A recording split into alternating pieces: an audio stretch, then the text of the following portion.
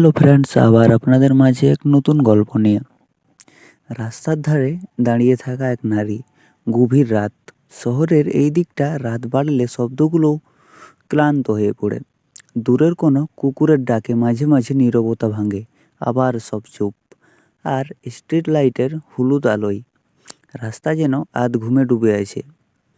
আর ঠিক সেই আলো ছায়ার ভিতরে দাঁড়িয়ে আছে এক মহিলা। সাদা শাড়ি, মাথার আঁচলটা গায়ের কাছে টেনে ধরা। তার মুখটা স্পষ্ট দেখা যায় না, কিন্তু তার শরীরের ভঙ্গিতে একটা অদ্ভুত দৃঢ়তা, যেন সে দাঁড়িয়ে থাকবে যতক্ষণ না কিছু একটা ঘটে। লোকজন তাকে দেখে পাশ কাটিয়ে চলে যায়। কেউ ভাবে সে নিশ্চয়ই কারোর জন্য অপেক্ষা করছে, কেউ ভাবে হয়তো পথ হারিয়েছে, কিন্তু কেউ থামে না। বাস্তবে সে একজন বিধবা। নাম তার সরস্বতী দেবী। এই রাস্তার সাথেই তার জীবনের সব হিসাব জড়িয়ে আছে। আজ থেকে 5 বছর আগে ঠিক এই রাস্তার পাশেই একটি ছোট্ট চায়ের দোকান ছিল। আর ওই দোকানের মালিক ছিল তার স্বামী নবীন। খুবই সাধারণ মানুষ। সকালবেলা চা বানাতো, সন্ধ্যাবেলা পাড়ার লোকদের সঙ্গে গল্প করত। সরস্বতী দোকানের ভেতর বসে লেবু কাটত, বিস্কুট সাজাতো। এক রাতে নবীন বাড়ি ফেরেনি। একটা দ্রুতগতির গাড়ি, কিছু অসাবধানতা, আর এক মুহূর্তে সব অন্ধকার, সব শেষ। এরপর জীবন আর আগের মতো থাকেনি। চায়ের দোকান বন্ধ হয়ে যায়। আত্মীয়রা প্রথমে কিছুদিন পাশে ছিল, তারপর সবাই নিজের জীবনে ব্যস্ত হয়ে পড়ে। সরস্বতী একা হয়ে যায়, ভয়ঙ্কর রকম একা।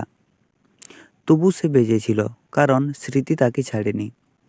আজ নবীনের মৃত্যুবার্ষিকী। এই রাতেই সে প্রথমবার এসেছিল এখানে, ঠিক ঘটে যাওয়া ওই জায়গাটায়। প্রথম বছর সে কাঁদছিল, দ্বিতীয় বছর সে চুপচাপ দাঁড়িয়েছিল, তৃতীয় বছর সে কথা বলেছিল নবীনের সাথে। আর আজ পঞ্চম বছর। সরস্বতী রাস্তার দিকে তাকিয়ে থাকে। তার মনে হয় যদি সে ভালো করে তাকায় তাহলে হয়তো নবীন দেখতে পাবে। চা দোকানের সাইডে খুব হাসি মুখে দাঁড়িয়ে আছে। হঠাৎ একটা উটো থামলো ওখানে। চালক গাড়ির জানলা নামিয়ে বলে, মা, এত রাতে এখানে দাঁড়িয়ে আছেন কেন? কোথাও যাবেন? সরস্বতী মাথা নাড়ে বলে, না বাবা, যাব না। ওই চালক একটু অস্বস্তি বোধ করে, তাহলে সাবধানে থাকবেন। সে ওখান থেকে চলে যায়। রাস্তাটা আবার ফাঁকা হয়ে গেল। সরস্বতী নিজের আঁচলটা একটু শক্ত করে ধরে। ঠান্ডা নয়, তবু তার গা কাঁপছে, ভয়ের জন্য না, স্মৃতির ভরে। ওই বিধবা মহিলাটি ফিস ফিস করে বলে, নবীন, আজ 5 বছর হয়ে গেল জানো।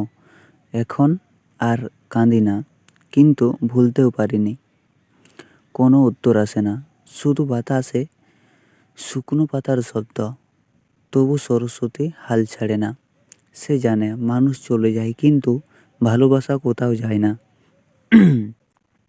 ভালোবাসা থেকে যায় রাস্তার ধারে, স্ট্রিট লাইটের নিচে, গভীর রাতের নীরবতায়।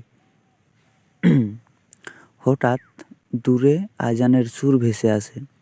রাত শেষের দিকে, কিন্তু ভোরের ডাক। সরস্বতী ধীরে ধীরে রাস্তা ছেড়ে হাঁটতে শুরু করে। আজ আবার দাঁড়িয়ে থাকার দরকার নেই। সে জানে নবীন কোনো একভাবে তাকে দেখেছে। চলে যাওয়ার আগে একবার পিছনে তাকায়। রাস্তা ফাঁকা, কিন্তু তার মনে হয় কেউ যেন সেখানে দাঁড়িয়ে আছে। চায়ের কাপ হাতে, হালকা হাসি নিয়ে সরস্বতী মৃদু হাসে। গভীর রাত শেষ হয়, কিন্তু ভালোবাসা শেষ হয় না।